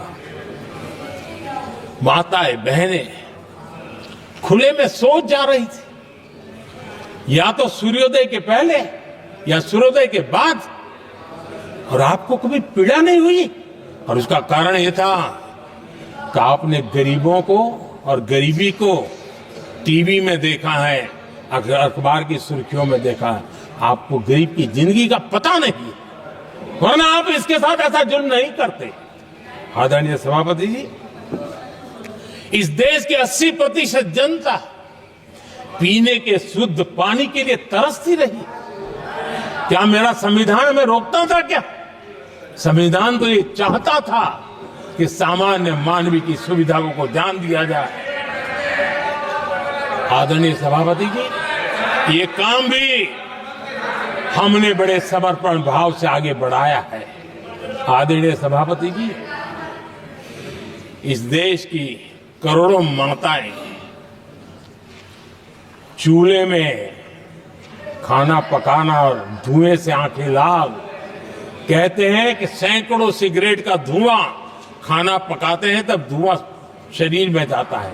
उन माताओं बहनों की आंखें लाल होती थी, इतना नहीं, उनका शरीर स्वास्थ्य खत्म हो जाता था। उनको धुएं से मुक्ति का काम, और 2013 तक क्या चर्चा चलती थी, 9 सिलेंडर देंगे कि 6 सिलेंडर देंगे। इस देश ने देखते ही देखते हर घर तक गैस का सिलेंडर पहुंचा दिया, क्योंकि हमारे लिए हर नागरिक 70 साल के बाद जो बेसिक सुविधाएं हैं उसकी तरफ। आदरणीय सभापति जी, अगर हमारा गरीब परिवार दिन रात मेहनत करके गरीबी से बाहर निकलने के लिए कोशिश करता है, बच्चों को पढ़ाना चाहता है, लेकिन घर में एक बीमारी आ जाए तो उसका सारा प्लान बेकार हो जाता है, पूरा परिवार की सारी मेहनत पानी में चली जाती है। क्या इन गरीब परिवारों के इलाज के लिए कुछ आप सोच नहीं सकते थे? 50-60 करोड़ देशवासियों को मुफ्त इलाज मिले। संविधान की उस भावना का आदर करते हुए हमने आयुष्मान योजना को लागू किया, और आज देश के 70 साल के ऊपर के किसी भी वर्ग के क्यों न हो, उनके लिए भी हमने व्यवस्था की। आदरणीय सभापति जी, जरूरतमंदों को राशन देने की बात, और उसका भी मजाक उड़ाया जा रहा है। जब हम कहते हैं कि 25 करोड़ लोग गरीबी को परास्त करने में सफल हुए, तो फिर हमें सवाल पूछा जाता है कि आप गरीब को राशन फिर क्यों देते हो? आदरणीय सभापति जी, जो गरीबी से निकल के आया है ना, उसे पता होता है कि अस्पताल में भी एक पेशेंट स्वस्थ होने के बाद जब छुट्टी देते हैं ना, तो डॉक्टर भी कहता है कि आप घर जाइए, तबीयत ठीक है, ऑपरेशन अच्छा हुआ है, लेकिन महीने पर ये जरा संभालना, ये मत करना, क्योंकि पेशेंट दोबारा तकलीफ में ना आए, गरीब दोबारा गरीब न बने, इसलिए उसका हैंड होल्डिंग जरूरी है। और इसलिए हम मुफ्त राशन दे रहे हैं। उसकी मजाक मत उड़ाओ, क्योंकि हमें गरीबी से जो बाहर निकला है उसको दोबारा गरीबी में जाने नहीं देना है, और जो अभी भी गरीबी में है उसे हमें गरीबी से बाहर लाना है। आदरणीय सभापति जी, हमारे देश में गरीबों का नाम पर जो जुमले चले, उसी गरीबों के नाम पर बैंकों का राष्ट्रीयकरण किया गया गरीबों के नाम पर। लेकिन 2014 तक इस देश के 50 करोड़ नागरिक ऐसे थे जिन्होंने बैंक का दरवाजा तक नहीं देखा था। आदरणीय सभापति जी, गरीब को बैंक में प्रवेश तक नहीं था, ये पाप आपने किया। और आज 50 करोड़ गरीबों के बैंक खाते खोल करके हमने बैंक के दरवाजे गरीबों के लिए खोल दिए। इतना ही नहीं, ये एक प्रधानमंत्री कहते थे कि दिल्ली से 1 रुपया निकलता है तो 15 पैसा पहुंचता है, लेकिन उपाय उनको आता नहीं था। उपाय हमने दिखाया। आज दिल्ली से 1 रुपया निकलता है, 100 के 100 पैसे गरीब के खाते में जमा होते हैं। क्यों? हमने बैंक का सही इस्तेमाल क्या करना, बैंक का सही उपयोग क्या करना। माननीय सदस्य मोबाइल नहीं देखें। आदरणीय सभापति जी, बिना गारंटी के ऋण देश के अंदर जिन लोगों को बैंक के दरवाजे तक जाने की इजाजत नहीं थी, आज स्थापित सरकार का संविधान के प्रति जो समर्पण है ना, आज बिना गारंटी वो बैंक से लोन ले सकता है। ये ताकत हमने गरीब को दी है। आदरणीय सभापति जी, गरीबी हटाओ का जुमला इसी के कारण जुमला बनकर के रह गया। गरीब को इस मुश्किल से मुक्ति मिले, ये हमारा बहुत बड़ा मिशन है और ये हमारा संकल्प है, और हम इसके लिए दिन रात एक कर रहे हैं। जिनको कोई नहीं पूछता, इनको मोदी पूजता है। आदरणीय सभापति जी, दिव्यांगजन हर दिन संघर्ष करता हमारा दिव्यांगजन। अब जाकर के हमारे दिव्यांग को फ्रेंडली इंफ्रास्ट्रक्चर मिले, उसकी व्हीलचेयर आगे तक जाए, ट्रेन के डिब्बे तक जाए, ये व्यवस्था दिव्यांगजन के लिए करने का हमारे दिल में तब आया क्योंकि समाज के दबले कुचले वंचित लोगों की चिंता करना हमारे मन में था, तब हुआ। आदरणीय सभापति जी, आप मुझे बताइए, एक तो भाषा के नाम पर झगड़ा करना तो सिखा दिया आपने, लेकिन मेरे दिव्यांगजनों के साथ कितना अन्याय किया। जो हमारे यहां साइनेज लैंग्वेज जो है, साइन लैंग्वेज की जो व्यवस्था है, खास करके मूक बधिर के लिए, अब दुर्भाग्य ऐसा देश का कि असम में जो भाषा सिखाई जाए उत्तर प्रदेश में दूसरी सिखाई जाए, उत्तर प्रदेश में सिखाई जाए महाराष्ट्र में तीसरी सिखाई जाए। हमारे दिव्यांगजनों के लिए एक साइन लैंग्वेज का होना बहुत जरूरी था। आजादी के 7 दशक बाद भी उनको उन दिव्यांगजनों की याद नहीं आई। एक कॉमन साइन लैंग्वेज बनाने का काम हमने किया, जो आज देश के मेरे सभी दिव्यांग भाई बहनों के लिए काम आ रही है। आदरणीय सभापति जी, गुमंतु और अर्ध गुमंतु जन समूह समाज का इसके ऊपर पूछने वाला नहीं था। उनके कल्याण के लिए वेलफेयर बोर्ड बनाने का काम हमने किया, क्योंकि संविधान की प्राथमिकता है लोग, हमें उसको दर्जा देने का काम किया है। आदरणीय सभापति जी, हर कोई रेहड़ी पटरी के लोगों से जानता है। हर मोहल्ले में, हर इलाके में, हर फ्लैट में, हर सोसाइटी में सुबह होते ही वो रेहड़ी पटरी वाला आकर के मेहनत करके और लोगों का जीवन चलाने में मदद करता है। उसको बेचारे को 12-12 घंटे काम करे, रेहड़ी भी किसी से किराए पर ले ले, किसी से ब्याज से पैसा ले, किसी से सामान खरीदे, शाम को ब्याज खाओ पैसा ले जाए, बड़ा मुश्किल से अपने बच्चों के लिए ब्रेड का टुकड़ा ले जा सके। ये हालत थी। ये हमारी सरकार ने है रेहड़ी पटरी वालों के लिए स्वनिधि योजना बना करके बैंक से उनको बिना गारंटी लोन देने का शुरू किया, और आज उसके कारण, वो स्वनिधि योजना के कारण वो तीसरे राउंड तक पहुंचा है और अधिकतम लोन बैंक से उसको सामने से मिल रही है। उसकी प्रतिष्ठा का और उसका विस्तार हो रहा है, विकास भी हो रहा है। आदरणीय सभापति जी, इस देश में हम में से कोई ऐसा नहीं होगा जिसको विश्वकर्मा की जरूरत न पड़ती हो। समाज की व्यवस्था की एक बहुत बड़ी व्यवस्था बनी थी, सदियों से चली आ रही थी, लेकिन वो विश्वकर्मा साथियों के लिए कभी पूछा नहीं गया। हमने विश्वकर्मा के कल्याण के लिए योजना बनाई, बैंक से लोन लेने की व्यवस्था की, उनको नई ट्रेनिंग देने की व्यवस्था की, उनको आधुनिक टूल देने की व्यवस्था की, नई डिजाइन से काम बनाने की चिंता की, और उसको हमने मजबूत बनाने का काम किया। आदरणीय सभापति जी, ट्रांसजेंडर जिसको परिवार ने धुतकार दिया, जिसको समाज ने धुतकार दिया, जिसकी कोई चिंता करने वाला नहीं था, ये हमारी सरकार है कि इसको भी भारत के संविधान ने हक दिए हैं। उस ट्रांसजेंडर के अधिकारों के लिए कानून और व्यवस्थाएं बनाने का काम किया, उनको गरिमापूर्ण जीवन मिले, उनके अधिकारों की सुरक्षा के लिए हमने काम किया। आदरणीय सभापति जी, हमारे आदिवासी समाज इतनी सारी बातें करते, मुझे तो याद है मैं जब गुजरात का मुख्यमंत्री बना तो हमारे यहाँ उमरगांव से अंबाजी तक एक पूरा बेल्ट, गुजरात का पूर्वी हिस्सा पूरा आदिवासी बेल्ट, और एक कांग्रेस के मुख्यमंत्री आदिवासी रह चुके थे। इतने सालों के बाद भी उस पूरे इलाके में एक भी साइंस स्ट्रीम की स्कूल नहीं थी। मेरे आने से पहले एक भी साइंस स्ट्रीम की स्कूल नहीं थी।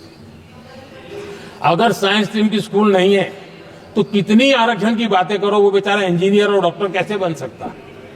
ये मैंने उस इलाके में काम किया और वहां साइंस स्ट्रीम की स्कूलें, अब तो वहां यूनिवर्सिटीज बन गई है। लेकिन यानी राजनीति की चर्चा करना, संविधान के अनुरूप काम न करना, ये जिनकी सत्ता भूख है ना, उसका हमने आदिवासी समाज में भी जो अति पिछड़े लोग हैं, और मैं राष्ट्रपति जी का आभार व्यक्त करता हूं, उन्होंने मेरा काफी मार्गदर्शन किया।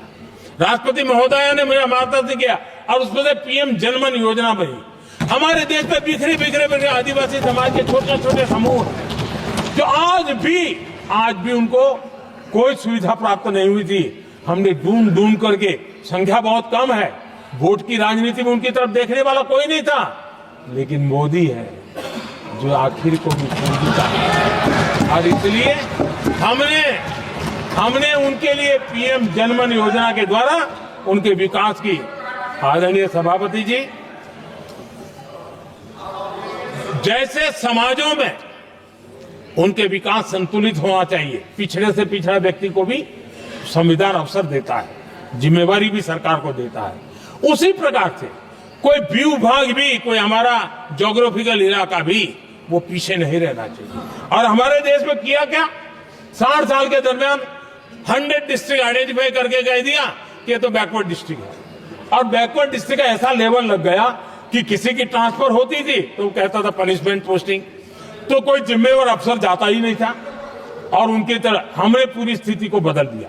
हमने एस्पिरेशनल डिस्ट्रिक्ट का एक कल्पना रखी और 40 पैरामीटर पर ऑनलाइन रेगुलर मॉनिटरिंग करते रहे, और आज एस्पिरेशनल डिस्ट्रिक्ट उस राज्य के अच्छे जिलों की बराबरी करने लग गए और खुद को नेशनल एवरेज की बराबरी करने लगे। भूभाग भी पीछे न रहे, कोई जिला अब इसको आगे ले गए करके हमने 500 ब्लॉक को एस्पिरेशनल ब्लॉक बना करके उनके डेवलप पर स्पेशल फोकस करने की दिशा में हम काम कर रहे हैं। आदरणीय सभापति जी, मैं हैरान हूं जो लोग बड़ी बड़ी कथाएं सुनाते हैं, क्या इस देश में आदिवासी समाज 1947 के बाद आया क्या? कि राम और कृष्ण थे तब आदिवासी समाज था नहीं था? जो आदिवासी समाज को आदि पुरुष वीर पुरुष हम कहते हैं, लेकिन आजादी के कई दशकों के बाद भी इतना बड़ा आदिवासी समूह, उनके लिए अलग मंत्रालय नहीं बनाया गया। पहली बार अटल बिहारी वाजपेयी की सरकार आई और उन्होंने अलग आदिवासी मंत्रालय बनाया, अलग आदिवासी विकास और विस्तार के लिए बजट दिया। आदरणीय सभापति जी, हमारे माछीमार समाज, मछुआरा समाज क्या अभी भी आया है क्या? क्या उनकी नजर नहीं की आपकी? इन मछुआरा समाज के कल्याण के लिए पहली बार हमारी सरकार ने आकर के अलग मंत्रालय बनाया फिशरीज का। उनके कल्याण के लिए अलग से हमने बजट दिया, समाज के इस तबके की चिंता की। आदरणीय सभापति जी, मेरे देश का छोटा किसान, उसके जीवन में सहकारिता एक मुख्य अंग है। छोटे किसान की जिंदगी को सामर्थ्य देने के लिए सहकारी क्षेत्र को जिम्मेवार बनाना, सहकारी क्षेत्र को सामर्थ्यवान बनाना, सहकारी क्षेत्र को बल देना, इसकी महात्मा हम समझते हैं, क्योंकि छोटा किसान, उसकी चिंता हमारे दिल में थी और इसलिए हमने अलग सहकारिता मंत्रालय बनाया। हमारी सोचने का तरीका क्या है? हमारे देश में नौजवान है, पूरा विश्व आज वर्कफोर्स के लिए तरस रहा है। देश में डेमोग्राफिक डिवीजन लेना है तो हमारे इस वर्कफोर्स को स्किल बनाना चाहिए।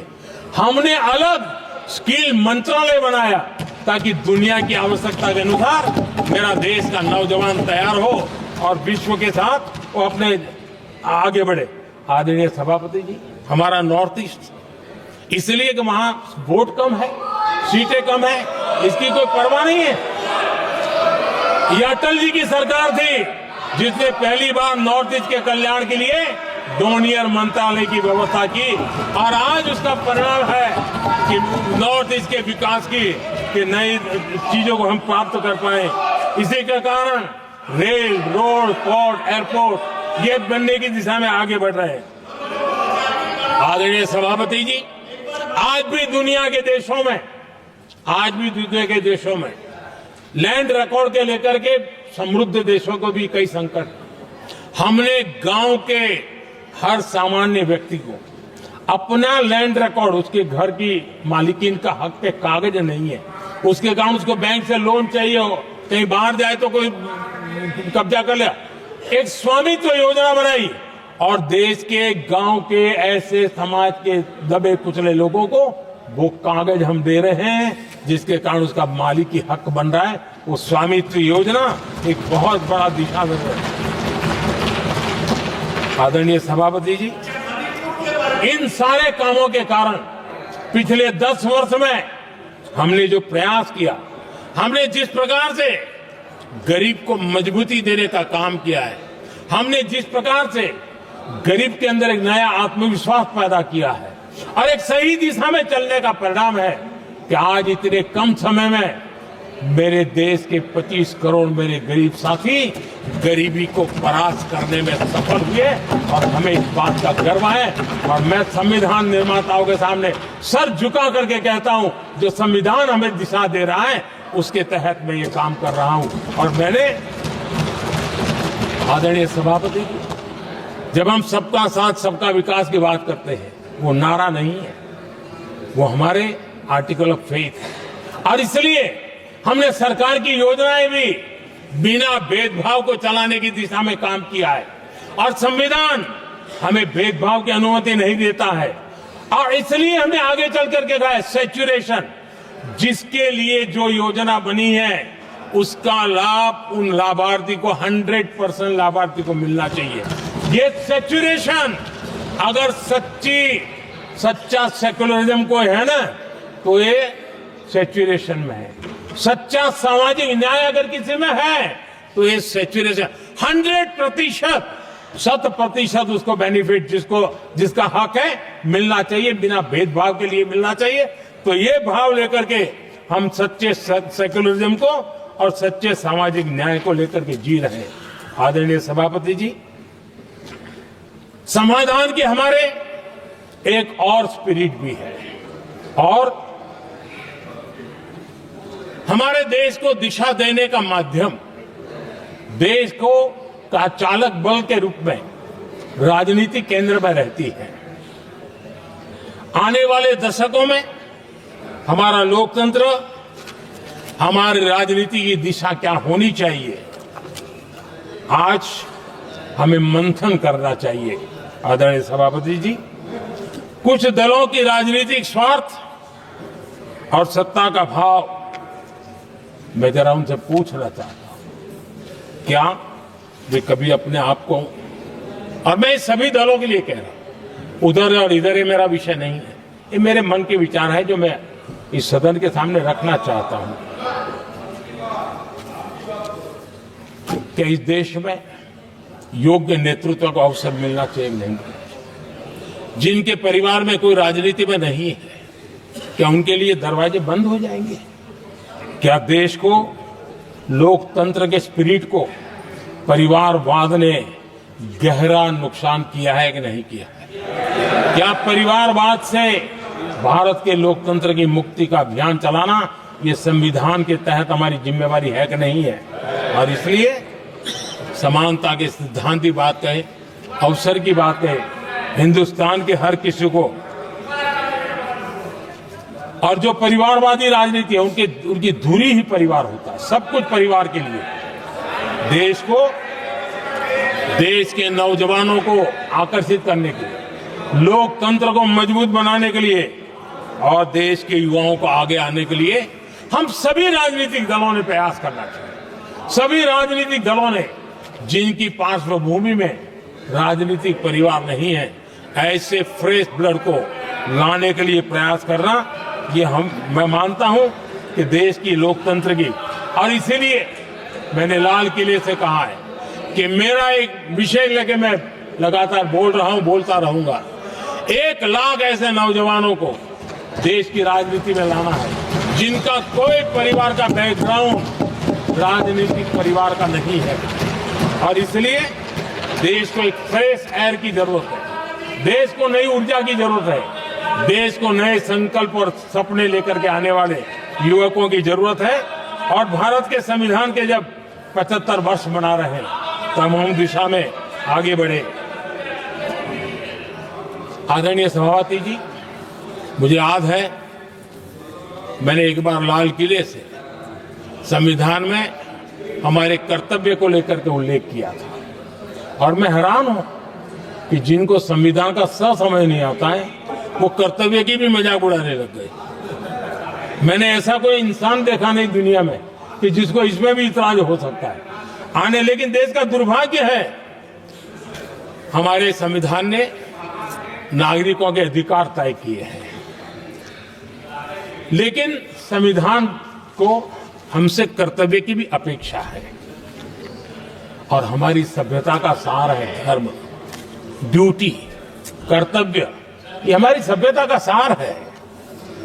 और महात्मा गांधी जी ने कहा था, महात्मा जी का कोट है, उन्होंने कहा था, मैंने ये अपनी अशिक्षित लेकिन विद्वान मां से सीखा है कि हम अपने कर्तव्यों को जितना अच्छे से निभाते हैं उसी से अधिकार निकल करके आता है।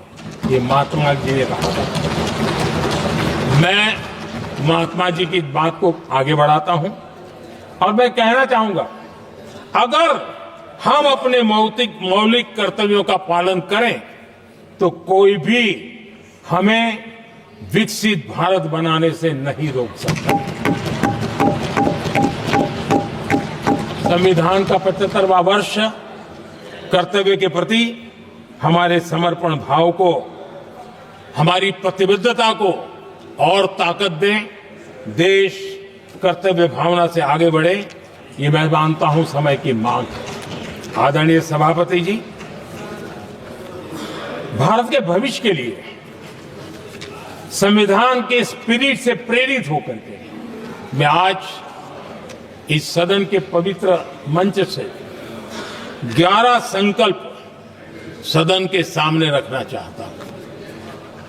पहला संकल्प है, चाहे नागरिक हो या सरकार हो, सभी अपने कर्तव्यों का पालन करें।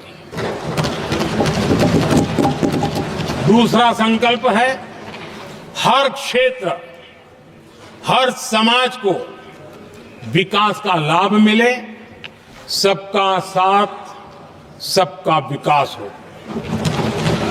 तीसरा संकल्प है, भ्रष्टाचार के प्रति जीरो टॉलरेंस हो। भ्रष्टाचारी की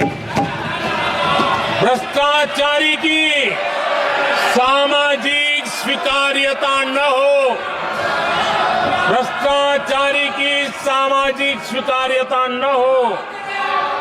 चौथा संकल्प है, देश के कानून, देश के नियम, देश की परंपराओं के पालन में देश के नागरिकों को गर्व होना चाहिए, गर्व का भाव हो।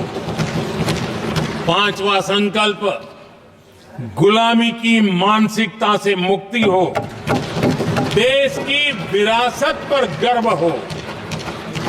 छठा संकल्प, देश की राजनीति को परिवारवाद से मुक्ति मिले। सातवां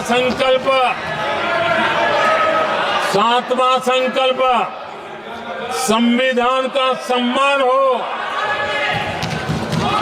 राजनीतिक स्वार्थ के लिए संविधान को हथियार न बनाया जाए। आठवां संकल्प, संविधान की भावना के प्रति समर्पण रखते हुए जिनको आरक्षण मिल रहा है वो न छीना जाए और धर्म के आधार पर आरक्षण की हर कोशिश पर रोक लगे। नौवां संकल्प, विमेन लेड डेवलपमेंट में भारत दुनिया के लिए मिसाल बने। 10वां संकल्प, राज्य के विकास से राष्ट्र का विकास, ये हमारा विकास का मंत्र हो। 11वां संकल्प, एक भारत श्रेष्ठ भारत का ध्येय सर्वोपरि हो। आदरणीय सभापति जी, इसी संकल्प के साथ हम सब मिलकर के अगर हम आगे बढ़ते हैं तो संविधान की जो निहित भावना है, वी द पीपल, सबका प्रयास, हम इसी मंत्र को लेकर के आगे चले और विकसित भारत का सपना इस सदन में बैठे हुए सबका तो होना ही चाहिए। 140 करोड़ देशवासियों का सपना जब बन जाता है और संकल्प लेकर के जब देश चल पड़ता है तो इच्छित परिणाम लेकर के रहता है। मेरा 140 करोड़ देशवासियों के प्रति मेरी अपार श्रद्धा रही है। उनके सामर्थ्य पर मेरी श्रद्धा है, देश की युवा शक्ति पर मेरी श्रद्धा है, देश की नारी शक्ति पर मेरी श्रद्धा है। और इसलिए मैं कहता हूं कि देश 2047 देश जब आजादी के 100 साल मनाएगा तो विकसित भारत के रूप में मनाएगा। इस संकल्प के साथ आगे बढ़े। मैं फिर एक बार इस महान पवित्र कार्य को आगे बढ़ाने के लिए सबको शुभकामनाएं देता हूं। और मैं आदरणीय सभापति जी, आपने समय बढ़ाया, इसके लिए मैं आपका बहुत बहुत आभार व्यक्त करता हूं। बहुत बहुत धन्यवाद।